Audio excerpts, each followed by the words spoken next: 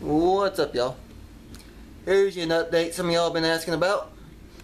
It involves this big behemoth right here. Yeah, here's your mod mower update finally. Been really busy on this thing. As some of y'all know, I've been working on it. I had a different motor on there finally and testing out a new setup.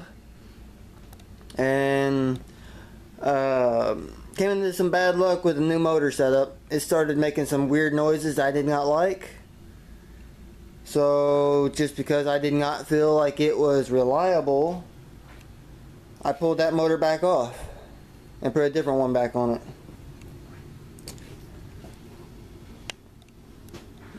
So it's all good now. So it should do good this time.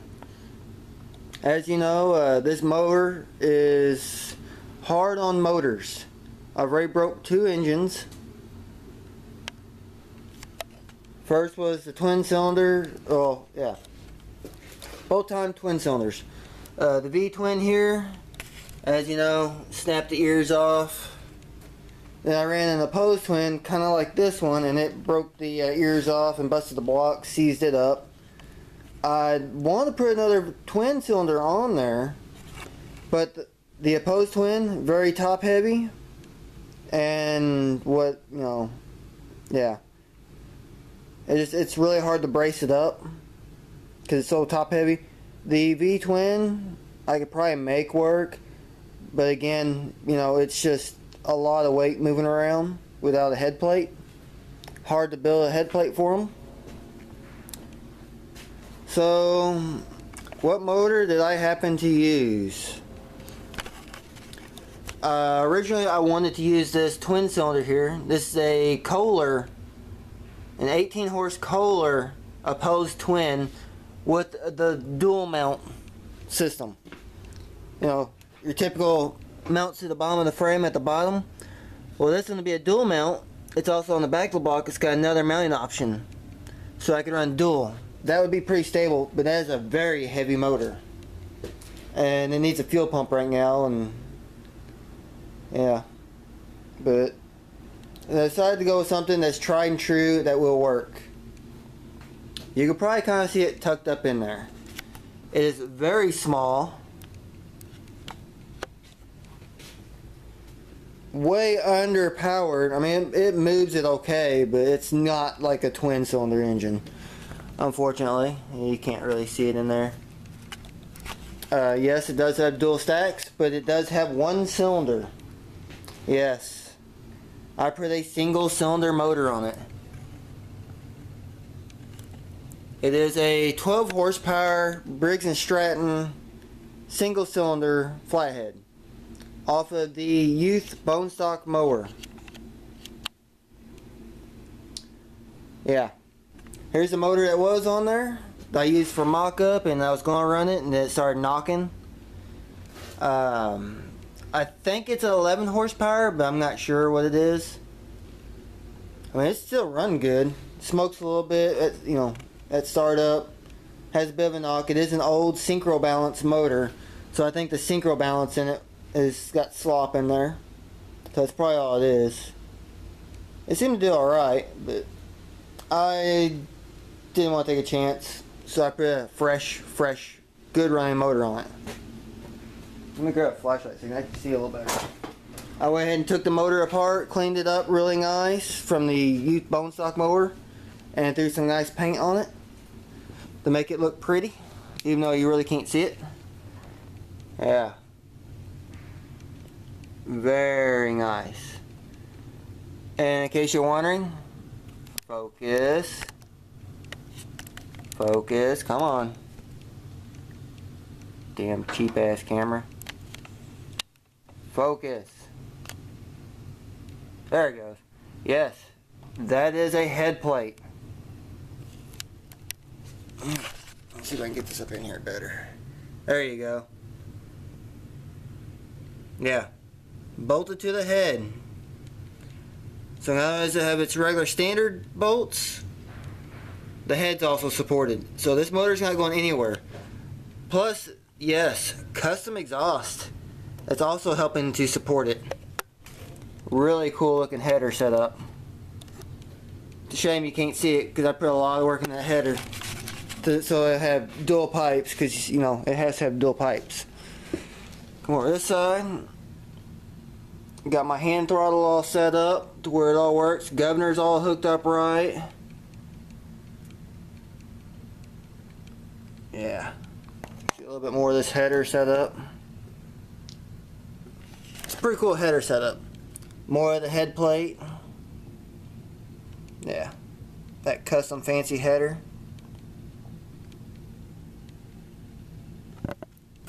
Should work pretty good.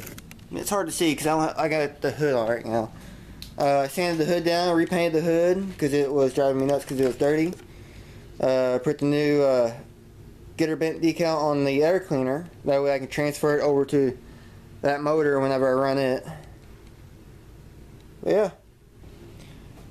Also, things I've done was this whole front crossbeam here, this pivot axle, what do you want to call it, I changed that out with a fresh one. Also put snapper wheels on the front with brand new tires. So the front end's all perfectly straight. And it actually steers really well now. So that touches up the front. Should do pretty good. Come around here, things I've done, I'd fixed the seat because the seat was all bent to hell. I went ahead and welded these brackets in a little better, because this was all bent and all that. Straightened these out as best I could. It's still going to bend again, but whatever. I added this cross brace going between here because if you remember from Princeton last year, I got hit real hard in this bar and it actually buckled it in. As you can see from the ripples in the sheet metal, it bent that bar just a little bit. So I went and put a little kind of a gusset deal in, kind of help strengthen it up. But other than that, everything's pretty much the same. This knob's no longer used anymore. You know, that was the choke for the opposed twin. It's no longer in use. On all, you know, the kill switch, starter, battery, all that bullshit. Governor to control engine speed, and then my governor bypass. And of course the clutch down there. Yeah. Should do alright. And of course the fuel shut off. Turn the fuel on. I'm going to get in here and hold this clutch just in case, because this thing takes off, it takes off.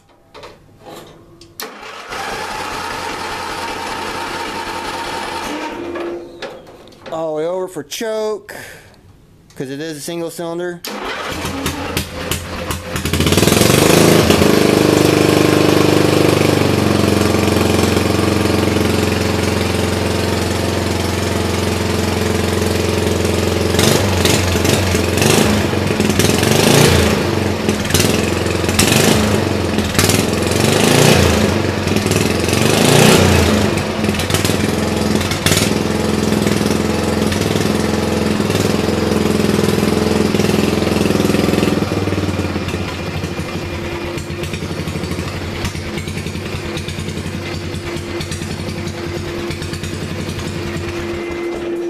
There you go.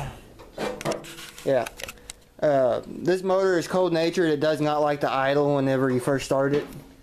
It'll idle fine once it was warmed up, but that carburetor, it never did really idle.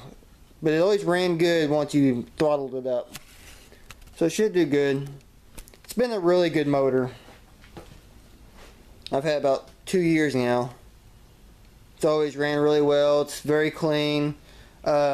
If you notice the smoke coming out of the pipes, ignore that because there's still oil inside this exhaust, this header setup from the other engine. So it's still burning a little bit of that old oil out of the exhaust. But yeah, there's your long-awaited update. It's ready to run, and it's looking like I'm going to try to be at Princeton again this year. July 15th, I think. That's where I'm going to run it. And we're going to see how this new motor setup does. And see what else breaks, hopefully. It does have a bent axle on this one side. Not like I really care anything, so I got other rear ends I got that Peerless 820 I really want to put in this. But we'll see, because I'm really debating on if I just want to sell this thing. Because it does take up a lot of room. And I'm really not generally interested in mods. You know, they don't really bend much.